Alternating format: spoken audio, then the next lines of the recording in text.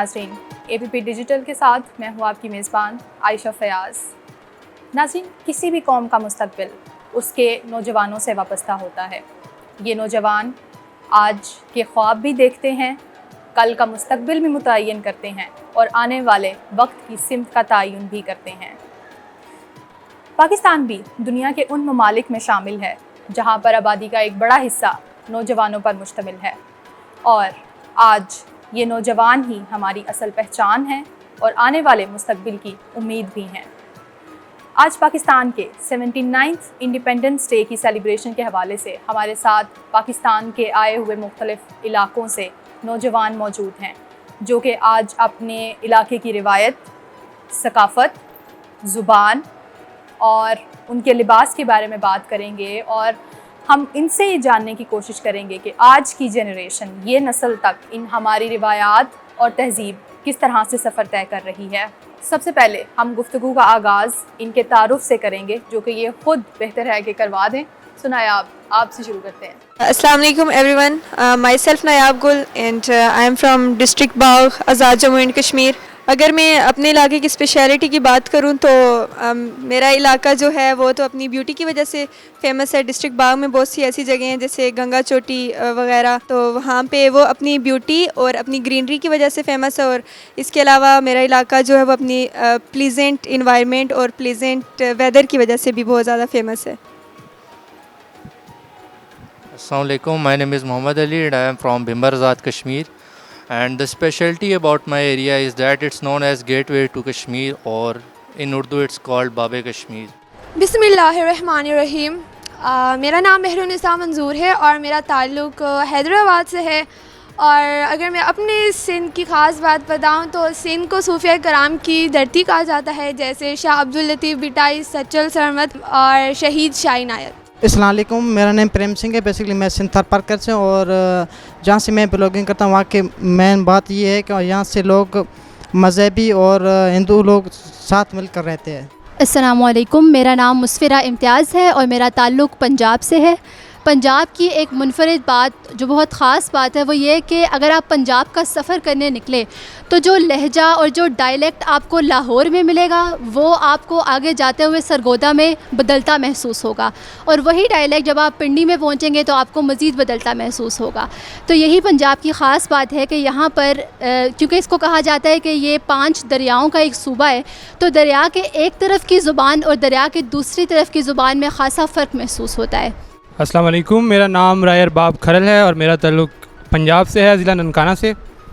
और पंजाब की एक ख़ास बात जो मुझे लगती है कि हमारे वहाँ एक कंसेप्ट है वड्डे वेड़े वाले घर।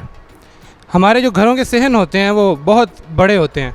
उसकी एक रीज़न ये है कि जब सैलाब या कोई आफत आती है तो जो माइग्रेंट्स होते हैं वो पंजाब का रुख करते थे, तो वो जो सहन होते थे उनमें उन्हें जगह दी जाती थी, पनाह दी जाती थी, और वो जितना टाइम भी वहाँ रुकना चाहते थे उनकी वहाँ मेहमान नवाजी की जाती थी और वह वहाँ रुक सकते थे। अस्सलाम वालेकुम, मेरा नाम मुक़द्दस जान है और मैं मक्सी बलोच हूँ। और हम बलोचों की जो एक स्पेसिफ़िक चीज़ है, हमारी जो मेहमान नवाजी है, that is very famous all over the world. जब भी आप आएँ हम अपने बड़े दिल से इस्तकबाल करते हैं, that is a specific thing. अस्सलाम वालेकुम, मेरा नाम तारिक मज़ारी है और मैं मज़ारी कबीले से ताल्लुक़ रखता हूँ, जो कि बलोच का एक बहुत नामवर कबीला जाना जाता है। मेरा ताल्लुक़ रुझान मज़ारी से है, जो कि तीनों सूबों को कनेक्ट करता है आपस में, पंजाब, बलूचिस्तान और सिंध को। अस्सलाम वालेकुम, मेरा नाम महविश रहीम है और मैं चित्राल से हूँ। अगर चित्राल की बात की जाए तो चित्राल बहुत सारी चीज़ों के लिए मशहूर है, जैसे कि शंदूर पोलो फेस्टिवल हो गया, जिसमें चित्राल और गिलगित का जो मैच होता है। इसके अलावा तिलिचमीर माउंटेन दुनिया की मशहूर और बुलंद तरीन चोटियों में से एक है। और फिर हमारी कलाश कम्युनिटी जो है वो भी बहुत फेमस है, जो कि इंटरनेशनली जानी जाती है। शुक्रिया। मेरा नाम हसीब हटक है और मैं डिस्ट्रिक्ट करक से ताल्लुक़ रखता हूँ। मैं एक्चुअली हटक कबीले से हूँ, लेकिन मैं यहाँ पे पश्तून कल्चर पे बात करूँगा। पश्तून कल्चर में जो या इधर पश्तून जो सबसे ज़्यादा चीज़ मुझे प्राउड लगती है वो है एक तारीख़, क्योंकि हज़ारों साल 5000 साल की तकरीबन तारीख़ है। इसके अलावा यहाँ पे लिटरेचर है, इसके साथ साथ यहाँ पे कल्चर डांसेस वगैरह होते हैं। तो ये यानी कि पश्तून कल्चर में ये चीज़ें जो हैं बहुत नुमायाँ हैं।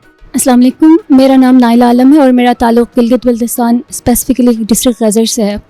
अगर गज़र की हम बात करें, जिस चीज़ के लिए वो मशहूर है, गज़र को जाना जाता है होम ऑफ लेक्स से। वहाँ पे डिफरेंट लेक्स हमारे पास पाए जाते हैं। और सेकेंडली जो बहुत ज़्यादा गज़र के बारे में मशहूर है वो है शंदूर पास।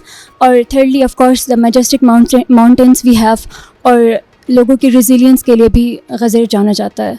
मेरा नाम मौज़म अली है। मेरा ताल्लुक़ गिलगित बल्तिस्तान के डिस्ट्रिक्ट अस्तोर से है। जब बात गिलगित बल्तिस्तान की आती है तो यहाँ के पहाड़, यहाँ के दरिया और यहाँ के लोगों की जो मेज़बानी होती है वो इसको पूरी दुनिया में मुनफरिद बनाती है।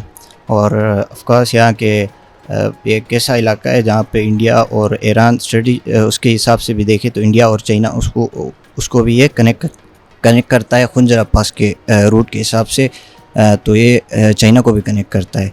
और क्रिकेट भी यहाँ का बहुत मशहूर है। फेमस गेम यहाँ की जो खेली जाती है वो पोलो वगैरह, जिसको स्पोर्ट किंग ऑफ गेम्स भी कहा जाता है। नाज़रीन, इन सब के तारुफ के बाद आपको इस बात का अंदाज़ा तो हो गया होगा कि पाकिस्तान के हर हिस्से से यहाँ पर नौजवान मौजूद हैं और इन्होंने अपने अपने तारुफ में अपने इलाके की ख़ास बात का भी जिक्र किया। तो अगर हम हर इलाके की सकाफ़त की बात करें तो हर इलाके की सकाफ़त उसकी पहचान होती है, ना सिर्फ उसकी ज़ुबान बल्कि उनका रहन सहन, आपस में मिलने जुलने का तरीका और उनकी मुख्तलिफ़ रसूमात भी उस सकाफ़त में शामिल होती हैं।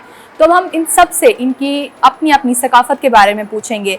तो हम अगर मुस्फिरा से पहले पूछें कि मुस्फिरा, आपका ताल्लुक़ पंजाब से है, तो पंजाब की सकाफ़त की कौन सी ऐसी बात है जो आपको सबसे ज़्यादा पसंद है? पंजाब की जो एक ख़ास बात है जो कि मुझे बहुत ज़्यादा पसंद है वो ये है कि पंजाब के अंदर मुख्तलिफ़ किस्म के मेले होते हैं। जैसे उर्स होता है, बसंत है, मुख्तलिफ़ मेले होते हैं जिसके अंदर जब गंदम की फ़सल की कटाई होती है तो उस वक्त वैसाखी का जो है वो एक मेला होता है। ये पंजाब की एक कल्चर की एक बड़ी एक मुनफरिद बात है। तो हसीब, अगर आपसे पश्तून सकाफ़त के बारे में पूछें तो आप उसके बारे में क्या कहेंगे? क्योंकि पश्तूनों के बारे में अक्सर ये कहा जाता है कि ये बहुत मेहमान नवाज़ होते हैं और खानों की बड़ी एक लंबी चौड़ी सी लिस्ट होती है आपकी। तो आप उसके बारे में क्या कहेंगे? जी, पश्तून सकाफ़त में बहुत सारी ऐसी बातें हैं जिनको यानी कि हम बहुत अच्छे तरीके से अगर कहें, इनमें जो से आपने ज़िक्र किया मेहमान नवाज़ी, तो ये पूरी दुनिया में जो पश्तून सकाफ़त मशहूर है वो अपने मेहमान नवाज़ी की वजह से मशहूर है। ये हमारे मेहमान आते हैं, हमारे यहाँ हुजरा सिस्टम होता है। इसके अलावा अगर उनके साथ फ़ीमेल्स वगैरह हैं तो उनके साथ घर में अलग इंतज़ाम किया जाता है, उनको अलग तरीके से ट्रीट किया जाता है। जहाँ तक मैं अपने कबीले हटक की बात करूँ तो हमारे यहाँ ऐसा होता है कि हुजरे में कोई मेहमान आता है तो उनको यानी बहुत अच्छे तरीके से वेलकम किया जाता है और पूरे घर में खुशी का ऐसा हो जाता है, समा हो जाता है कि हमारे यहाँ मेहमान आया है। अगर उनके साथ ख़वातीन हैं तो उनमें घर की में अलग उनका एहतमाम किया जाता है मेहमान नवाज़ी का। यानी रात के वक्त खाने के बाद पोइट्री का या जो कि कल्चर चीज़ें होती है रवाब वगैरह, उनसे उनकी पोइट्री का एक वो बना देते हैं, माहौल बना देते हैं। अगर कोई वो नहीं है तो शायर आते हैं वो ऐसी ही पोइट्री कर देते हैं कोई, बस ये चीज़ें हैं उनमें। तो अगर हम कश्मीर की सकाफ़त के बारे में बात करें तो नायाब, आप कश्मीर की सकाफ़त को किस तरह से बयान करेंगे? कश्मीर की सकाफ़त तो सबसे ज़्यादा जो है हॉस्पिटैलिटी जो कश्मीरियों की है वो मुझे बहुत ज़्यादा पसंद है।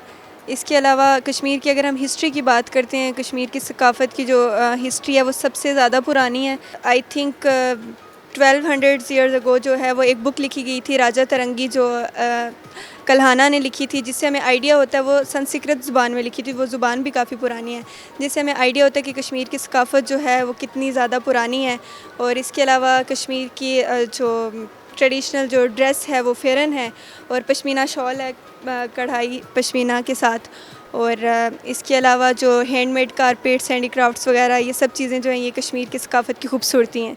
सिंधी कल्चरल डांस सिंध की सकाफ़त में एक अहम किरदार अदा करता है। तो सिंधी डांस के बारे में आप क्या कहना चाहेंगे? मैं कहूँगी कि हमारी तरफ होज जमालो बहुत मशहूर है। उसमें होता ये कि हम बग़ैर म्यूज़िक को देखकर हम जो है तालियां बजाते हैं और तालियों की जो आवाज़ होती है उसके साथ हम लोग डांस करते हैं। और होज जमालो में जो जमाल का लफ्ज़ है उसका मतलब होता है ब्यूटी। और ये तमाम चाहे सिंध का कोई भी एरिया हो ना तो सारे सेम ही डांस करते हैं। अगर हम मुख्तलिफ़ रिवायात की बात करें तो मैं जीबी वाले नौजवानों से पूछना चाहूँगी कि कौन सी ऐसी रिवायात हैं जो आप समझते हैं कि नस्ल दर नस्ल अभी वो आप तक ट्रांसफ़र हो रही हैं, इस जनरेशन तक आई हैं, सो उन रिवायात या कोई एक्टिविटीज़ जो कल्चरल एक्टिविटीज़ आपकी हैं वहाँ पे जीबी में, सो उनके बारे में आप क्या कहना चाहते हैं? जैसे आपकी शादियों के इवेंट्स होते हैं, वो हर सूबे में या हर इलाके के डिफरेंट इवेंट्स होते हैं, सो आप उन शादियों के इवेंट्स या बाकी रिवायात के बारे में हमें कुछ बताएं। जी, अगर हम अपने वो ट्रेडिशंस के हवाले से बात करें जीबी के, तो सबसे पहले जो जहन में आता है वो ये कि वहाँ के फेस्टिवल्स, जो कल्चरल फेस्टिवल्स वगैरह नहीं होते, वेडिंग फेस्टिवल्स होते हैं, जिस तरह की नौरोज़ हो गया, उसके बाद पोलो फेस्टिवल्स जो कि पूरी दुनिया में मशहूर है, और इसके साथ कुछ होते हैं जैसे कि नसालो हम बोलते हैं। ये एक ऐसा फेस्टिवल है जहाँ पे जो एक फैमिली को मिलाता है। पूरे साल के एंड में जब विंटर का टाइम आता है तो फैमिली कुछ टाइम के लिए एक साथ इकट्ठे हो जाते हैं, वहाँ पे किसी जानवर वगैरह की कुर्बानी वगैरह की जाती है और वहाँ पे अपना हैप्पी टाइम गुजारते हैं।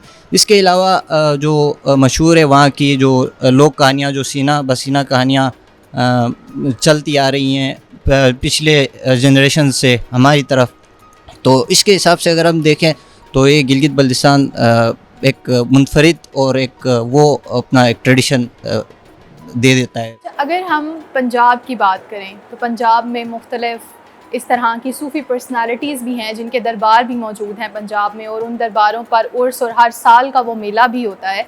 सो आपकी पेश नज़र आज की नौजवान नस्ल तो इन चीज़ों को शायद उस तरह से इंजॉय नहीं करती जिस तरह से पिछले लोग किया करते थे। सो आपका इस बारे में क्या ख्याल है? आपका कभी इस तरह के उर्स या किसी मेले पर जाने का इत्तेफाक हुआ?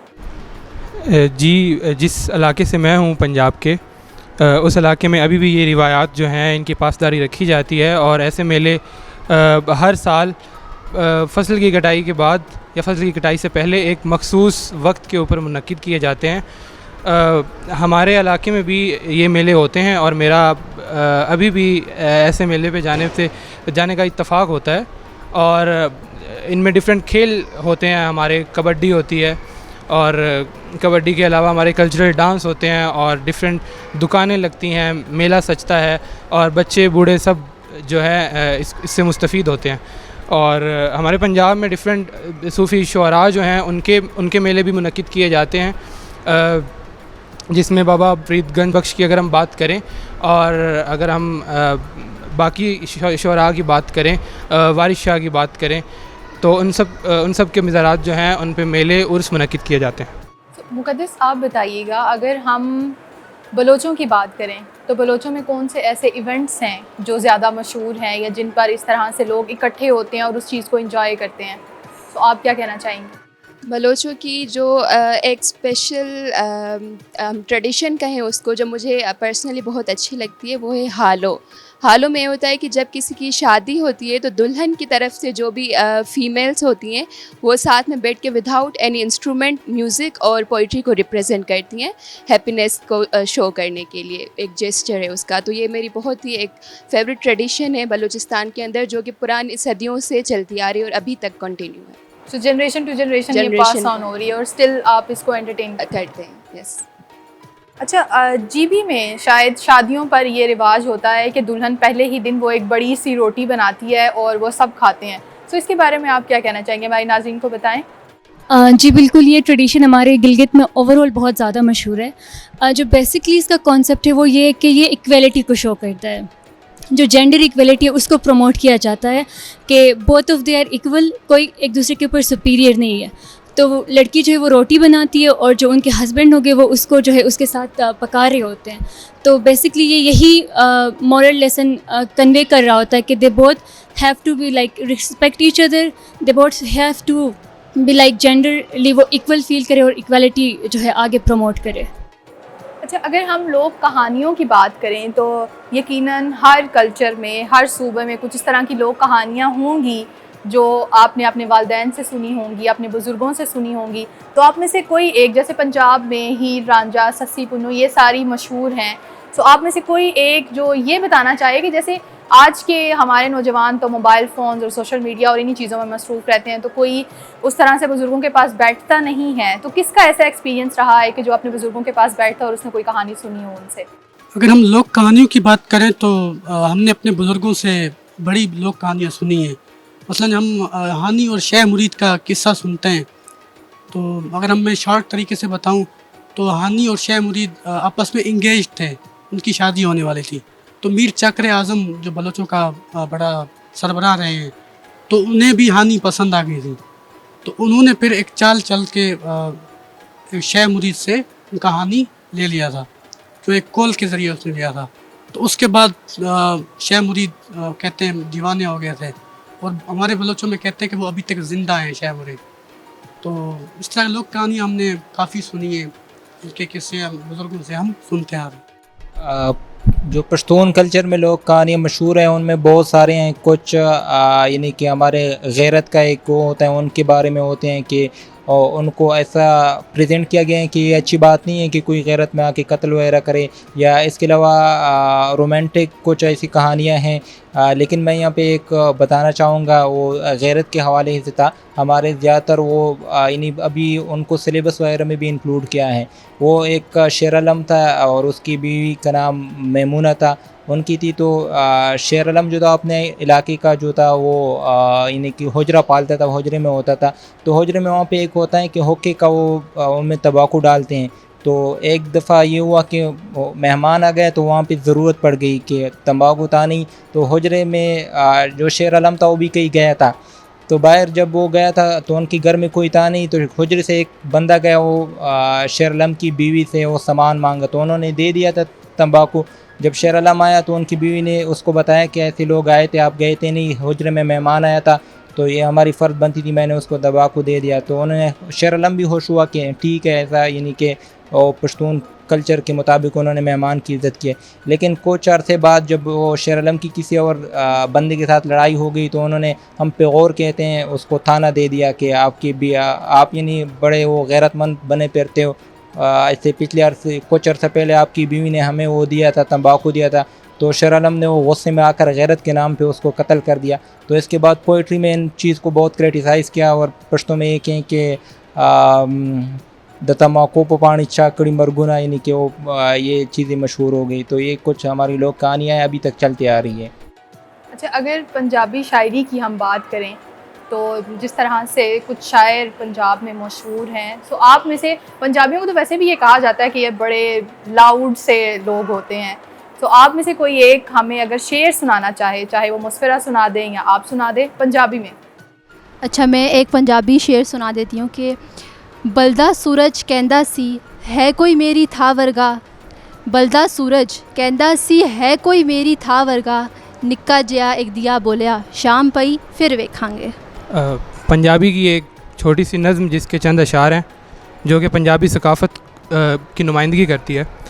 साडा विरसा यार वटावनी पग, साडा विरसा रल के सेकनी अग, साडा विरसा अदब बजुर्गां दा, साडा विरसा यार सियाणा लग, साडा विरसा यार पंजाबी है ताईं तां अरबाब पंजाबी है।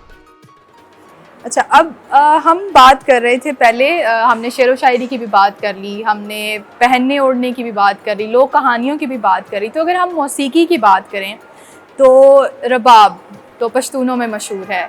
सो रबाब पर तो मुख्तलिफ़ किस्म के मौसीकी वो भी गाया जाता है, और मुख्तलिफ़ किस्म की धुन से भी रबाब की बहुत पहचान होती है। सो आप रबाब के बारे में क्या कहना चाहेंगे, और कोई ऐसी धुन जो स्पेसिफ़िक आपको बहुत पसंद हो और पश्तूनों में बहुत मशहूर हो? रबाब जो हैं दुनिया में जितनी भी यानी आलात मौसीकी जो हैं, इंस्ट्रूमेंट जितनी भी हैं मौसीकी की, तो उनका बादशाह कहा जाता है रबाब को। और रबाब ऐसी कोई दोनों होगी नहीं जो रबाब से कोई ना बजा सके, या ऐसे कोई सॉन्ग वगैरह नहीं होंगे जिनमें रबाब का ना यूज़ ना किया गया हो। तो रबाब जो है वो हर गाने में यूज़ किया जाता है, और बहुत सारे यानी इसकी धुनें भी बहुत सारे गानों की जो गाई जाती हैं। और मौसीकी के जितने आलात हैं उनके बादशाह भी कहा जाता है रबाब को।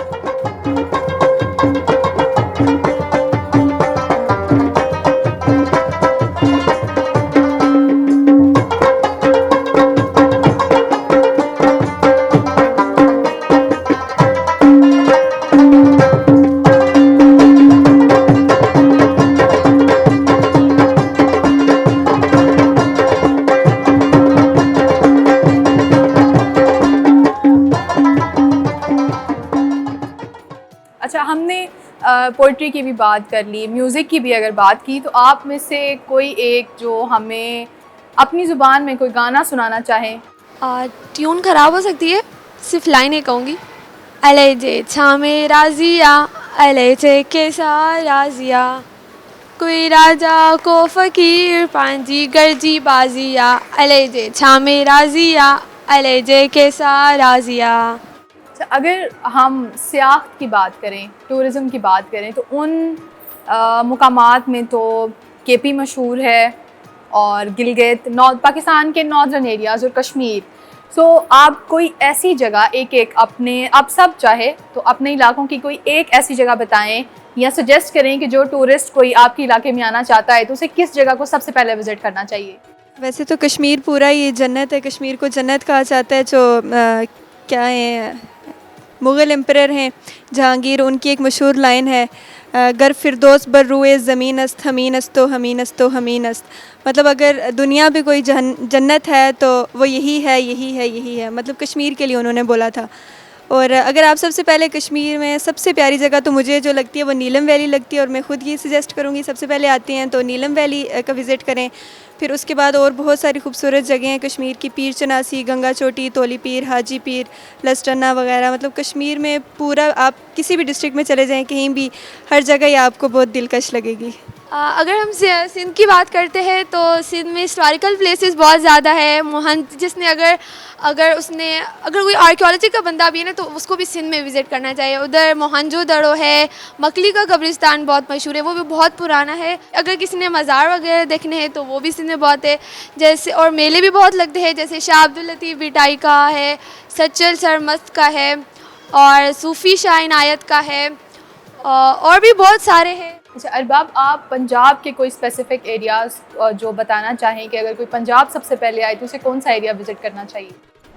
पंजाब आते ही सबसे पहले आप लाहौर पहुंचते हैं, और जिन्हें लाहौर नहीं देखा और जम्या ही नहीं, तो मैं यही मशवरा दूंगा कि आप जैसे ही पंजाब दाखिल हों सबसे पहले लाहौर का रुख करें।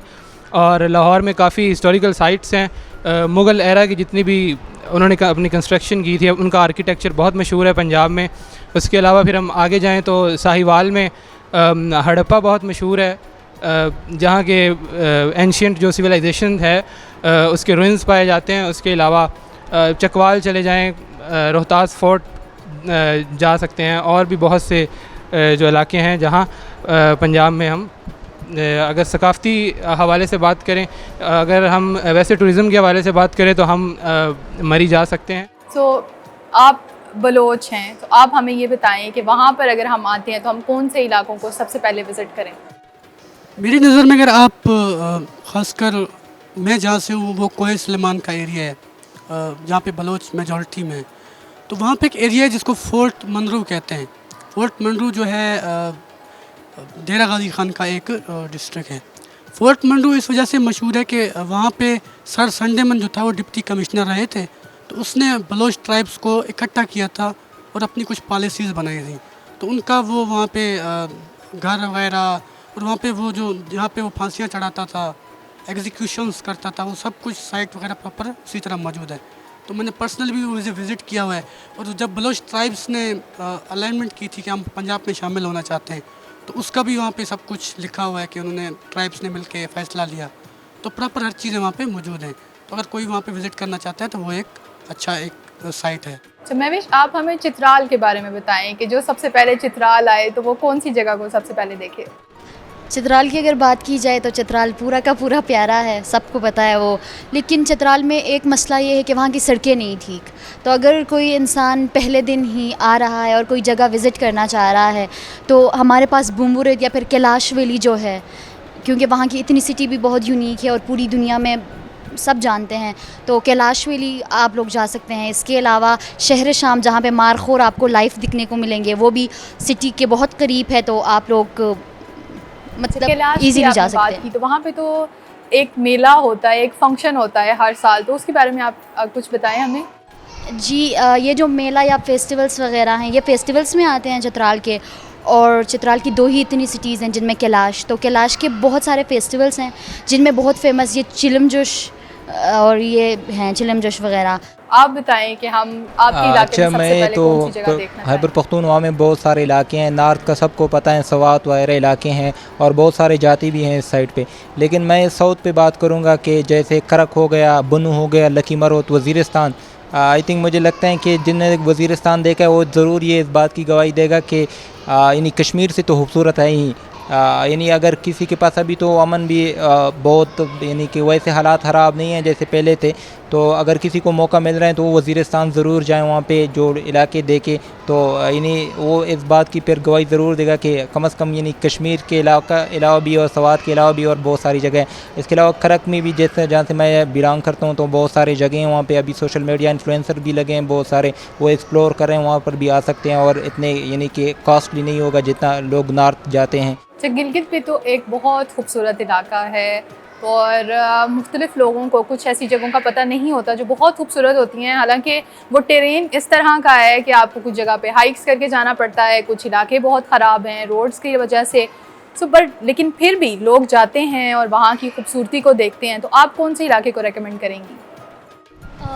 गिलगित में ओवरऑल जो गिलगित है वो बहुत प्यारा है। आप जिस भी इलाके में जाए आपको जो है डिफरेंट ट्रेडिशन, डिफरेंट कल्चर देखने को मिलेगा। लेकिन ओवरऑल जो है हुंजा साइड हमारे पास है, सिकरदू हमारे पास है, अस्तौर है और स्पेसिफिकली देवसई, रकापोशी और फंडर वैली जो हमारे पास है, आप वहाँ विज़िट कर सकते हैं। बट जो बंदे फ़र्स्ट टाइम गिलगित को विज़िट कर रहे हैं उनके लिए यही है कि आप देखें कि आपके लिए जो वेदर कंडीशंस है वो कैसे हैं, क्योंकि अभी जो है फ्लड सीजन्स चल रहे हैं तो वहाँ पे रास्ते और क्योंकि क्लाइमेट चेंज है वो एक परमानेंट पार्ट बन गया है गिलगित के लिए, एक डिस्कशन का एक परमानेंट पार्ट बन गया है। तो आप मौसम को देखें, आप हालात को देखते हुए उन जगहों को विज़िट कर लें। अच्छा, अगर हम बलोची सज्जी के बारे में बात करें तो मुक़द्दस आप बताइएगा कि जब भी किसी बलोच से मिलें तो वो हमें ये इनवाइट करते हैं कि आप आएँ, हम आपको बलोची सज्जी खिलाएंगे। Of course. तो क्यों बलोची सज्जी इतनी मशहूर है? बलोची सज्जी बहुत ही मशहूर डिश है ऑल ओवर द वर्ल्ड। तो उसकी जो खुसूसियात ये है कि जब हम बलोची सज्जी तैयार करते हैं तो वो जो हम बकरा तैयार करते हैं वो हम तंदूर के अंदर पकाते हैं उसको, और जब पकाते हैं तो उसी के नीचे हम फिर चावल भी रखते हैं। तो उस चावल में उस गोश्त का टेस्ट आ जाता है जो उसे और ज़्यादा यूनिक और डिफरेंट बनाता है, और इसीलिए उसका टेस्ट सबसे हर डिश से डिफरेंट है बलूचिस्तान की। इसीलिए सबसे जो मशहूर डिश है दैट इज़ सज्जी, जो हर किसी को पसंद है। अच्छा, अगर हम कश्मीर की बात करें तो कश्मीर की कौन सी ऐसी डिश है अली जो हमें इंजॉय करनी चाहिए और जो आप रेकमेंड करना चाहेंगे? पहले तो मैं बताना चाहूँगा कि जो मेरा इलाका है भिम्बर, वो पंजाब के साथ लगता है, जिसे गेटवे टू कश्मीर भी कहते हैं, और वहाँ पर जो फेमस डिशेज़ हैं वो पंजाब से ही मिलती जुलती हैं, जिसमें आगे राजमा चावल यानी जिसे हमारी ज़बान में कहते हैं मोठी की दाल और चावल, और साथ में आगे मकई की रोटी और साग और लस्सी, ये वहाँ पर ज़्यादा फेमस है। और अगर आप खाना चाहते तो ज़रूर आएँ और आप इंजॉय करेंगे, काफ़ी मज़ेदार होती हैं ये, क्योंकि देसी है बिल्कुल ये, और पंजाब से मिलता जुलता कल्चर ये हमारा। अच्छा, अगर हम केपी की बात करें तो चपली कबाब सबसे ज़्यादा मशहूर है वहाँ पर, तो ये इस स्पेशलिटी के बारे में आप क्या कहेंगे, या कोई और डिश जो बहुत मशहूर है पठानों में या पश्तूनों में? अच्छा, पश्तून कल्चर जो है वो आप एक इलाके से दूसरे इलाके जाते हैं तो वो चेंज होता रहता है, और थोड़ी बहुत चेंजेस होती हैं, ओवरऑल जो मेजर हैं वही सेम रहती हैं। तो इसी वजह से जो चपली कबाब हैं पेशावर साइड सवाबी वगैरह वहाँ पे मशहूर हैं। हमारे इलाके जो कि करक साइड पे आते हैं या हटक कम्युनिटी जितनी भी हैं तो वहाँ पे हमारे यहाँ पेंडा कहते हैं वो बहुत मशहूर हैं। ये रोटी को छोटा छोटा करके उसके ऊपर सालन वगैरह डालते हैं, तो ये, और उसके अलावा जो यानी कि दूसरे साइड जाते हैं तो वहाँ पर भी तकरीबन सेम रहता है। जो ये नॉर्थ साइड है वहाँ पे चपली कबाब और उनको डिफरेंट तरीक़ों से बनाया जाता है, हर इलाके अपने अपने तरीक़ों से बनाते हैं। यूँ तो बहुत गिलगित की डिशेस वैसे ही मशहूर हैं, तो कोई एक स्पेसिफाई करना थोड़ा सा मुश्किल हो जाएगा, बट अगर हम देखें तो वहाँ के जो मोमोज़ हैं जिनको ममतू वगैरह भी कहा जाता है, छपचोरो हो गई, छुपटी, और उसके साथ जो हमारी नमकीन चाय है वो बहुत ज़्यादा शोहरत रखती है। अगर ड्राई फ्रूट्स वगैरह इनके हवाले में बात करें तो बादाम, काजू, अखरोट वगैरह ये भी गिलगित बल्तिस्तान के बहुत मशहूर हैं। अगर हम सिंध की बात करें तो सिंध के खानों के बारे में अगर मैं अपनी बात करूं तो मुझे इतना आइडिया नहीं है, तो आप कुछ डिशेस रेकमेंड करें, अगर मैं सिंध जाऊं तो मैं वो ट्राई ज़रूर करूं। अगर सिंध की बात की जाए तो सिंध में जो मशहूर है ना वो है सिंधी बिरयानी और भत्त, और अगर थर पार्कर की बात की जाए वहाँ से बाजरे की मानी और लस्सी और दही। अगर हम लोग ज़्यादातर सिंध में मछली बहुत ज़्यादा खाते हैं लोग, और अगर खाने की बात करें तो वाइट चावल के साथ आम बहुत खाते हैं हम सिंध वाले। मतलब अगर मैं किसी अपनी दोस्त को भी कहूँ ना, वो पंजाबियों से मैं कहूँ कि चावल के साथ तुम आम कहो कि ठीक तुम लोग क्या खा रहे हो, मगर ये है कि हम लोग बहुत खाते हैं, मछली भी बहुत खाते हैं, सिंधी बिरयानी भी बहुत अच्छी है, और ये है कि उसका टेस्ट डिफरेंट होता है बाकी जो बिरयानी इधर से मिलती है ना, तो हमारी सिंधी बिरयानी बहुत ज़्यादा मशहूर है। अच्छा मुस्फिरा, आप बताइएगा कि लड़कियां खानों के मामले में चूज़ी भी होती हैं, लेकिन पंजाब तो अपने खानों की वजह से बहुत मशहूर है, सिरी पाए और इन सारी चीज़ों की वजह से। सो आप इनमें से अगर कोई पंजाब आता है तो सबसे पहले इन्हें दावत पर बुलाकर आप कौन सा खाना खिलाना चाहेंगे? पंजाब के अंदर मुख्तलिफ़ खाने हैं जिसमें सरसों का साग और मकई की रोटी और उसके साथ लस्सी अगर आप पिएँ तो आपको आपकी सारी जो गर्मी है वो ख़त्म हो जाती है।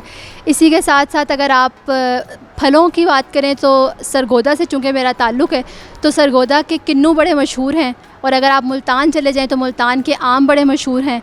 और हमारे भी जो दोस्त अहबाब मुल्तान से आते हैं हम उन्हें कहते हैं कि मुल्तान का सोन हलवा लाजमी लेकर आइएगा, क्योंकि ये वो चीज़ है जो कि मुल्तान के बारे में बड़ी मशहूर है कि वहाँ का सोन हलवा पाकिस्तान के बेहतरीन सोन हलवों में शुमार होता है।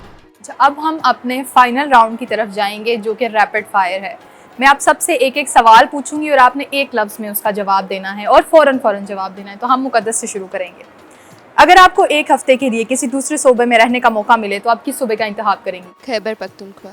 पाकिस्तान की वो कौन सी जगह है जहां आप भी अभी तक नहीं गए लेकिन ज़रूर जाना चाहते हैं? गिलगित बल्तिस्तान। अगर आपको अपने इलाके की नुमाइंदगी सिर्फ एक चीज़ से करनी हो तो वो क्या होगी? शौका भगोल शौका। आपकी पसंदीदा इलाकाई ज़ुबान का कोई एक लफ्ज़ जो आप पूरे पाकिस्तान में सिखाना चाहेंगे? Meena. Meena it means love, मोहब्बत। ओके। अगर आपको पाकिस्तान का कल्चरल एम्बेसडर बनाया जाए तो आप सबसे पहले दुनिया को क्या इंट्रोड्यूस करवाएंगे? डाइवर्सिटी। वो कौन सी पाकिस्तानी रिवायत है जिसे आप कभी भी ख़त्म होते हुए नहीं देखना चाहते? हॉस्पिटैलिटी। अगर पूरे पाकिस्तान के नौजवान एक मेज़ पर बैठें तो सबसे पहली बात किस मौजू पर होनी चाहिए? Youth empowerment. Youth empowerment. Pakistan का वो कौन सा शहर है जहां आप दोबारा जाना चाहेंगे? लाहौर। अगर आप किसी दूसरे इलाके का रिवायती लिबास एक दिन पहनना चाहें, ट्राई करना चाहें, तो वो कौन सा लिबास होगा? पश्तो का, KPK का। पाकिस्तान का वो रिवायती खाना जिसे आप अपना पसंदीदा मानते हैं या आपको बहुत अच्छा लगता है? भिंडी की सब्ज़ी। सो एक ऐसी पाकिस्तानी शख्सियत जिसे आप अपनी ज़िंदगी में मुतासिर कुन समझते हैं? मोहम्मद अली जिन्ना। सिर्फ एक जुमले में आपके नज़दीक पाकिस्तान क्या है? ला इलाहा इल्लल्लाह। सो बहुत शुक्रिया अदा करना चाहूँगी मैं आप सबका। आप सब यहाँ आए, आई होप आपने इंजॉय किया होगा और कुछ इस तरह के खाने, कुछ बातें या कल्चरल इस तरह की बातें आपने की जो शायद हम लोगों को नहीं पता थी, लेकिन आपने हमें उनसे इंट्रोड्यूस करवाया। बहुत शुक्रिया नाज़रीन। प्रोग्राम से आज इतना ही।